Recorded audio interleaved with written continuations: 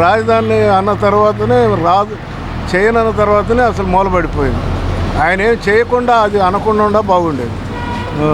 అంటే వాళ్ళు ఏమంటారంటే 3 పక్కల పెడితే 3 ప్రాంతాలలో అభివృద్ధి చెందుతారు అన్న క్రమంలో పెట్టారు. 3 పక్కల పెడితే అభివృద్ధి 3 పక్కలు ఒకటే గతి లేదు. కానీ 3 ఏం చేస్తాడు ఆయన? 1 చేశాడా? 3 చేయను చెప్పులే. 3 చేయాలంటే ఆయన ఏం చేస్తాడు? ఒకదానికే డబ్బులు రాకపోతే 3 ఏడు నుంచి చేస్తాడు. అది డెవలప్ చేసుకో. ఏడు దీన్ని ఉండదాన్ని నువ్వు సక్రంగా చేత అయితే చెయ్యి, లేకపోతే తీసేయకుండా మెదలకుండా ఉంటే పోయేది. ఏడా కట్టలేదుగా 3 అన్నాడు. నిన్ను ఎవరు ఆపలేదుగా, కట్టవచ్చుగా 3 కట్టవచ్చుగా, ఎవరు ఆపలేదుగా వద్దని. మరి ఏడా కట్టాడు? పలానా కాడ కట్టాడు అని చెప్పి ఆ రుచికండ మీద ఉంటాయి కట్టుకున్నాడు. ఇంకా తప్పితే ఇంకేడా కట్టలే ఆయన. లేకపోతే వాళ్ళ కొడాలు నానియో రోజు ఇట్లాంటి వాళ్ళు తిట్టడానికి పెట్టాడు. అది తప్పితే ఏం ఉపయోగం లేదు. దానివల్లనే ఓట్లు చెప్పాలి. దాని మీద అభిమానం ఉండేవాళ్ళు కూడా ఓట్లు వేయాల. అదే కనుక ఇక్కడ అమరావతి రాజధాని చేస్తానని కనుక మాట ఇస్తే ఎలా ఉంటుంది అంటారు? ఎలా ఉండేదంటే చేసినా చేయకపోయినా మాట ఇచ్చి ఉంటే కొన్ని పడి, అన్నీ పడవు కానీ కొన్ని పడి. ఏంటంటే ఇది మూర్ఖుడు చేతలో చేయడం అని జనానికి డౌట్ వచ్చింది.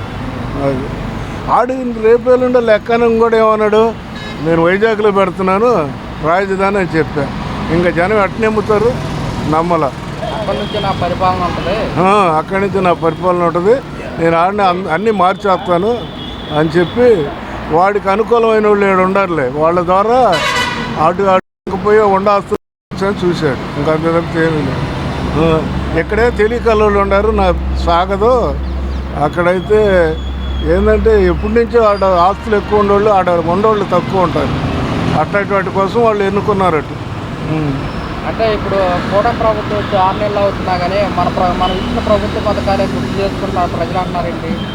అయ్యే వచ్చేది రాంది అనేది ఇంకా టైం పట్టింది. వాళ్ళు ఇప్పుడు ఇవన్నీ బూడ్చుకుంటూ వస్తున్నారు. మరి వాళ్ళకు కూడా ఏడ లోతుపోతులు ఉన్నాయనేది తెలియలా. ఇవన్నీ తెలుసుకొని వాళ్ళలో కూడా అసలు అధికారులు కొంతమంది ఉంటారు కదా, ఇవన్నీ మార్చుకొని వచ్చేవరే టైం పట్టింది. మనకి కూడా ఆడ కూడా డబ్బు కూడా ఉండాలిగా. మన చెబుతారు ఎవరైనా వచ్చేటప్పుడు అన్నీ చెబుతారు, చెయ్యాలిగా. చేసిన తర్వాత అప్పుడు మనం చేశారని అనుకుంటాం. సీఎం చంద్రబాబు నాయుడు గారు ఈ నెల నుంచి డిసెంబర్ నెల నుంచి అమరావతి పనులు ప్రారంభిస్తామని చెప్పారు. చేస్తాడండి, బాగానే ఉంటుంది, చేస్తాడు కూడా. అందుట్లో నేను నిన్నే వెళ్ళొచ్చాను కూడా, అటు అమరావతి ఏరియా మొత్తం తిరిగాను.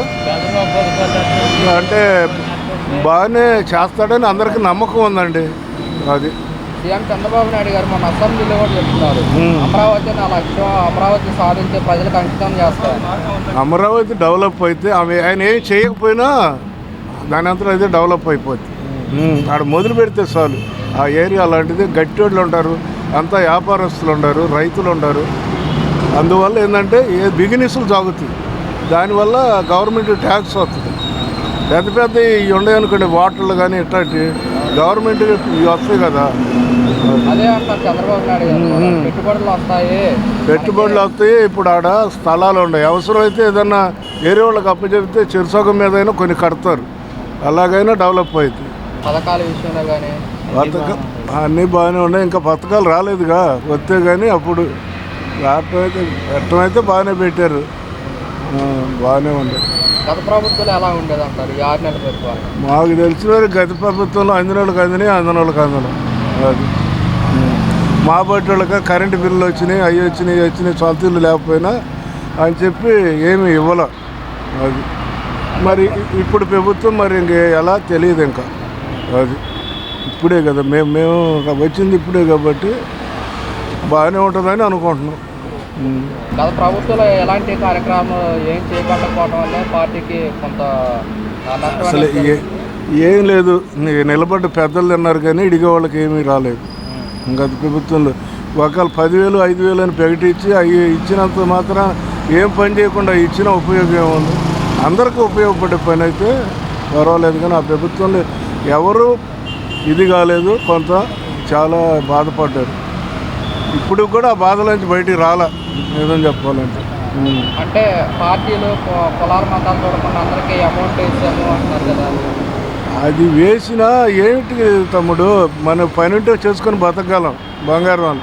మనకేమి లేకుండా అది ఉంటే ఉపయోగం ఏముంది? ఏమీ ఒక వ్యాపారం లేక ఏది లేకుండా పోయాం. రాజధాని లేదు అన్నాడు.